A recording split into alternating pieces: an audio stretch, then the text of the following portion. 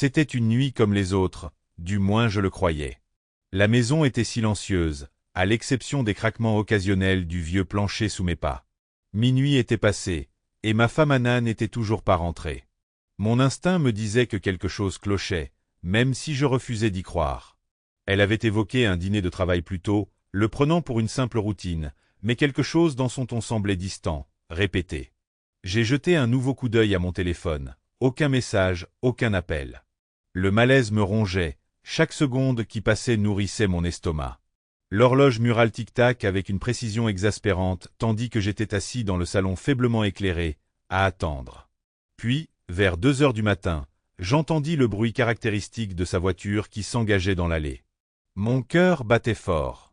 Je ne savais pas ce que je ressentais, le soulagement qu'elle soit enfin rentrée, ou l'appréhension de ce que j'allais découvrir. J'attendais, immobile, que la porte d'entrée grince.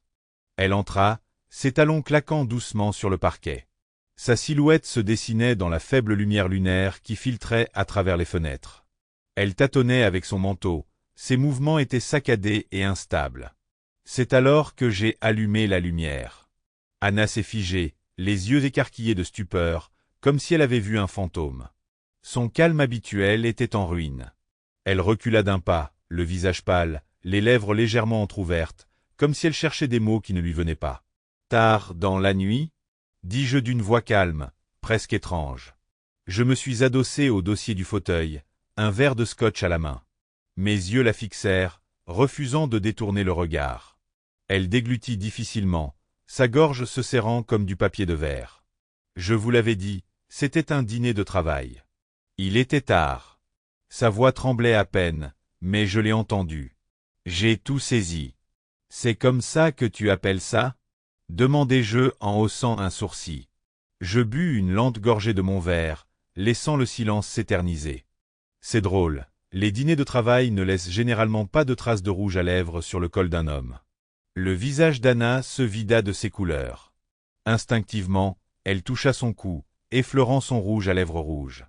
La pièce sembla se refermer sur nous, l'air devenant lourd de vérités non dites. « Daniel, je peux t'expliquer » commença-t-elle d'une voix tremblante. « Non » l'interrompis-je sèchement. Je me levai et posai mon verre sur la table basse avec précaution. Mes mouvements étaient lents, mesurés, mais mon esprit s'emballait. Je me suis rapproché, et elle a reculé d'un pas, comme si la distance physique pouvait la protéger de ce qui allait arriver. « Ne m'insulte pas en prétendant qu'il y a une explication, je te croirai, ai-je dit. Ma voix était basse, mais chaque mot portait le poids de ma colère et de ma trahison. Qui est-il ? Elle ouvrit la bouche, la referma, puis la rouvrit. Rien. Le silence était plus éloquent que n'importe quelle confession. J'ai fait une erreur, murmura-t-elle finalement, les larmes aux yeux. Ça ne voulait rien dire, Daniel. C'était stupide, et je le regrette. Arrêtez, s'il vous plaît. Ma voix était maintenant froide, tranchante comme du verre. Je l'ai regardée, vraiment regardée. C'était la femme que j'avais aimée pendant 10 ans.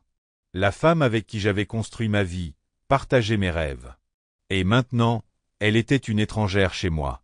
Cela ne signifiait rien, répétai-je, avec un rire amer et sans humour. Crois-tu que cela arrange les choses ? Que cela ait été si insignifiant pour toi que tu étais prête à tout sacrifier pour ça ? Ses larmes coulaient à flots, ruisselant sur son maquillage soigneusement appliqué. Daniel, s'il te plaît, c'était une erreur. On peut s'en sortir. Je t'aime. Amour. Ce mot m'a frappé comme une claque. L'amour, ce n'était pas se faufiler dans le dos de son partenaire. L'amour ne consistait pas à rentrer à 2 heures du matin avec l'odeur de l'eau de Cologne d'un autre. L'amour, c'était la confiance, et elle l'avait brisée. Je suis passé devant elle et j'ai pris ma veste sur le porte-manteau. « Où vas-tu » demanda-t-elle d'une voix affolée. « Sors » dis-je sans me retourner. « Ne m'attends pas. Je n'ai pas dormi cette nuit-là. » Au lieu de cela, j'ai roulé sans but à travers la ville, dans les mêmes rues que nous avions parcourues ensemble tant de fois auparavant. Des souvenirs de jours meilleurs me sont revenus en mémoire, se moquant de moi par leur douceur. La trahison s'approfondissait à chaque heure qui passait. Mais au petit matin, ma douleur a commencé à se transformer en autre chose, la résolution. Je n'allais pas la laisser me détruire. Si elle pensait pouvoir traiter notre mariage comme une commodité jetable, elle avait tort. À mon retour, la maison était silencieuse. Anna dormait ou faisait semblant. Peu importe. J'avais des projets à faire. Au cours des semaines suivantes, j'ai joué le rôle du mari compréhensif. Je lui ai dit que je voulais arranger les choses, que nous pourrions reconstruire. Je suis allé en thérapie avec elle, je l'ai écoutée exprimer sa culpabilité et ses remords.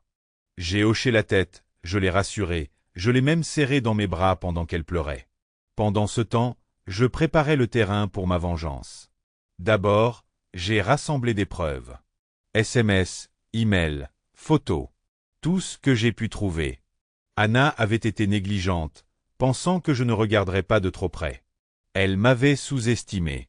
J'ai ensuite contacté un avocat. J'avais toujours été méticuleux avec nos finances, veillant à ce que les biens soient à mon nom. Cela s'est avéré être une sage décision. Grâce à un contrat de mariage solide, j'étais en position de force pour protéger ce qui m'appartenait. La dernière pièce du puzzle était la plus satisfaisante. J'ai retrouvé l'homme qu'elle fréquentait. Un collègue nommé Matt. Un collègue marié et suffisant, en fin de compte. Je n'étais pas du genre à l'affronter directement. Au lieu de cela, j'ai envoyé anonymement à sa femme tout ce que j'avais découvert. Laissons-la s'occuper de lui. Et puis j'ai attendu. Le jour du jugement est arrivé plus tôt que prévu. C'était un samedi après-midi, quand j'ai proposé d'organiser un petit dîner entre amis. Anna, désireuse de prouver sa détermination à réparer notre mariage, a accepté. Elle n'avait aucune idée de ce qui allait arriver. À l'arrivée de nos invités, elle s'est comportée en hôtesse parfaite, riant et souriant comme si de rien n'était. Je l'observais. Un petit sourire satisfait se dessinait sur mes lèvres. Au milieu de la soirée, je me levai pour porter un toast. À de nouveaux départs, dis-je en levant mon verre. Et à l'honnêteté. Le sourire d'Anna s'estompa légèrement, mais elle se reprit vite. Tiens, dit-elle en faisant teinter son verre contre le mien. En fait, continuai-je, j'ai quelque chose à partager avec vous tous. Une petite histoire d'amour et de trahison. Le silence retomba dans la pièce. Anna écarquilla les yeux de panique en comprenant où tout cela allait. Daniel, commença-t-elle, mais je levai la main pour l'arrêter. Laisse-moi finir, dis-je d'une voix calme mais ferme. Je me tournai vers nos amis. Il s'avère que la femme avec qui j'ai passé les 10 dernières années de ma vie me cachait des secrets. Pendant que je construisais notre vie, elle explorait d'autres options.